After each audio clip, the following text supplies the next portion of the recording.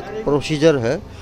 यहाँ पे पहले शिविर अटेंड करने पड़ते हैं। शिविर करने के बाद में यदि वो उस योग्य है कि वो हमारी धार्मिक आध्यात्मिक भावनाओं को पकड़ सकता है, आगे बढ़ा सकता है और गुरु जी का कार्य कर सकता है मिशन का, तो वो उसको यहाँ पे सेवा दी जाती है। और वो भी यहाँ जो भी आगंतुक आते हैं, अतिथि आते हैं, उनके रहने की, ठहरने की, भोजन की व्यवस्था निःशुल्क की गई है। किसी तरह का कोई शुल्क नहीं है।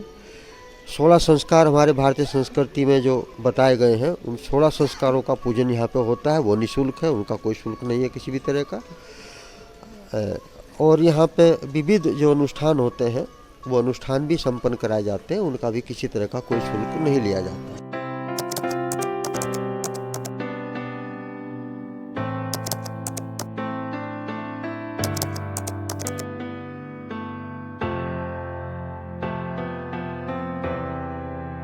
यह है यहाँ की भोजनालय। और अभी हम बताएंगे आपको कि यहाँ पे भोजन करने का समय क्या है, क्योंकि समय के अनुसार ही आपको यहाँ पे भोजन मिलेगा। बाकी समय यहाँ पे साफ़ सफाई और खाना बनाने का टाइम भी होता है, तो सारी इन्फॉर्मेशन आपको मिलेगी एक एक करके। तो हम अभी आ चुके हैं भोजनालय के पास। चलते हैं, भोजन ग्रहण करते हैं और आप सबको भोजन का दृश्य भी दिखाते हैं।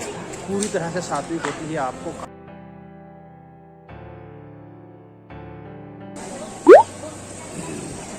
यहाँ से बर्तन लेना होगा, यहाँ से बर्तन लेना होगा और यहीं पे आपको छोड़ना होगा। देख रहे हैं, बर्तन ले रहे हैं और धो के देख रहे हैं, रखना भी होता है। धो के लेके जाओ, धो के लेके आओ। अब हम आपको बता देते हैं शांति कुंज आश्रम आप कैसे आएंगे। हरिद्वार रेलवे स्टेशन से शांति कुंज की दूरी 7 से 8 किलोमीटर है। जब आप विक्रांत टेम्पो में बैठेंगे तो आपको टेम्पो वाले 40 रुपया पर पर्सन के हिसाब से आपको यहाँ पे ड्रॉप कर देंगे। अगर आप गंगा घाट हर की पैड़ी से आना चाह रहे हैं तो आपको 30 रुपये पर पर्सन के हिसाब से इस आश्रम में आपको ड्रॉप कर देंगे। यहाँ की दूरी 6 किलोमीटर है। आप इस ब्रिज को क्रॉस करते ही आपको शांति कुंज मिल जाएगा। गेट नंबर 4 है, गेट नंबर 5 से आपकी एंट्री होगी। जैसे ही आप गेट नंबर 5 में आ जाते हैं तो आपको इस तरह का भवन मिलेगा। ये है एंट्री द्वार। 4 व्हीलर की पार्किंग यहीं पे है और जो केवल घूमने के नाम से आ रहे हैं या फिर खाना खाने के नाम से आ रहे हैं वो यहीं पे कार पार्किंग करके अंदर आ सकते हैं। ये है यहाँ की रजिस्ट्रेशन काउंटर, जहाँ पे आपको एक फ़ोटो खिंचवाना होगा और अपनी आधार कार्ड देना होगा।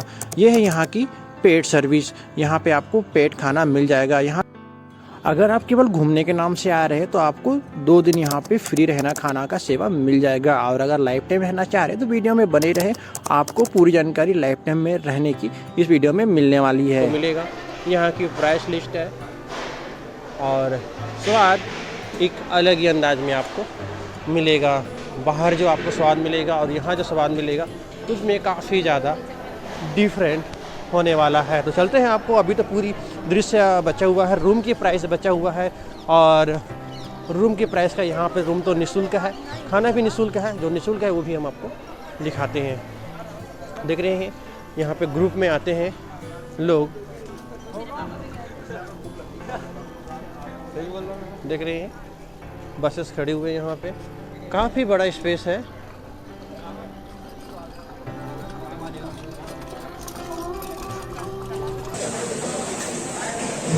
ये यहाँ का भोजनालय, इस तरह से खाना खिलाया जाता है बैठ के श्रद्धालुओं को। काफ़ी बड़ा स्पेस है। अभी हम शांति कुंज में हैं जो कि हरिद्वार में है। और शांति कुंज हरिद्वार के बारे में अभी हम जानेंगे कुछ, जो कि आप अपने कानों से सुनेंगे लाइव। तो आप बताइए हरिद्वार शांति कुंज में किस तरह से फैसिलिटी मिलता है। अगर कोई संत आना चाहे, रुकना चाहे या फिर पूजा पाठ करना चाहे तो उनको क्या क्या फैसिलिटी मिलेगा। देखो, शांति कुंज गायत्री तीर्थ के नाम से जाना जाता है और यहाँ पर ये गायत्री तीर्थ के नाम से जाना जाता है। पंडित श्री राम शर्मा आचार्य वंदनीय माता भगवती देवी शर्मा जी के द्वारा ये संस्थापित हुआ, इसकी स्थापना। यहाँ जीवंत जागृत तीर्थ के रूप में कोई ना कोई ऐसा कार्यक्रम चला रहता है जिससे हमारी धार्मिक भावना, आध्यात्मिक चेतना को गति मिलती है। 9 दिन के शिविर लगातार चलते हैं 1 तारीख से 9 तारीख तक, 10 तारीख से 19 तारीख तक और 20 से 29 तारीख तक। 3 शिविर 1 महीने में, और 1 महीने का शिविर युग शिल्पी सत्र जिसको बोला जाता है 1 तारीख से 29 तारीख तक वो लगातार चलता है यहाँ पे। यहाँ जो भी आगंतुक आते हैं, अतिथि आते हैं, उनके रहने की, ठहरने की, भोजन की व्यवस्था निःशुल्क की गई है। किसी तरह का कोई शुल्क नहीं है। 16 संस्कार हमारे भारतीय संस्कृति में जो बताए गए हैं, उन 16 संस्कारों का पूजन यहाँ पे होता है, वो निःशुल्क है, उनका कोई शुल्क नहीं है किसी भी तरह का। और यहाँ पे विविध जो अनुष्ठान होते हैं वो अनुष्ठान भी संपन्न कराए जाते हैं, उनका भी किसी तरह का कोई शुल्क नहीं लिया जाता। अपनी श्रद्धा से, अपनी निष्ठा से कोई भी कुछ देना चाहता है तो उसकी रसीद यहाँ से मिलती है। और कार्यक्रम चूँकि ईश्वरीय योजना का है, इसलिए यहाँ का कार्यक्रम बिल्कुल विधिवत और सुचारू रूप से चलता है। यहाँ पे कुछ संत आते हैं, वो उपचार भी कराना चाहे तो उपचार भी करा सकते हैं, वो आयुर्वेदिक उपचार। हाँ, यहाँ आयुर्वेदिक जैसे एक्यूप्रेशर है, एक्यूप्रेंचर है और नेचुरोपैथी भी, इससे भी उपचार यहाँ पे किया जाता है। हाँ। उनका शुल्क पे करना होता है डॉक्टर का या मेडिसिन का? एक सीमा तक तो कोई शुल्क नहीं है, लेकिन यदि कुछ मेडिसिन वगैरह कुछ लेनी पड़ती है जो नहीं है तो उसको वो ले सकते हैं, खरीद सकते हैं, लेकिन वो निःशुल्क ही है एक तरह से। तो ऐसे टाइमिंग क्या होगा, कोई उपचार कराने हमारे संत आते हैं तो? ये सुबह 9 बजे से हमारा हॉस्पिटल खुलता है, 9 बजे से 11 बजे तक, और शाम को 4 बजे से 6 बजे तक।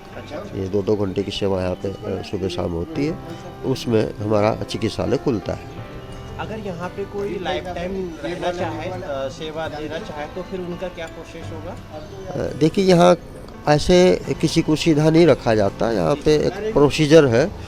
यहाँ पे पहले शिविर अटेंड करने पड़ते हैं। शिविर करने के बाद में यदि वो उस योग्य है कि वो हमारी धार्मिक आध्यात्मिक भावनाओं को पकड़ सकता है, आगे बढ़ा सकता है और गुरु जी का कार्य कर सकता है मिशन का, तो वो उसको यहाँ पे सेवा दी जाती है। और वो भी लाइफ टाइम नहीं दी जाती, वो 3-3 महीने का समय दान करके उसको दिया जाता है।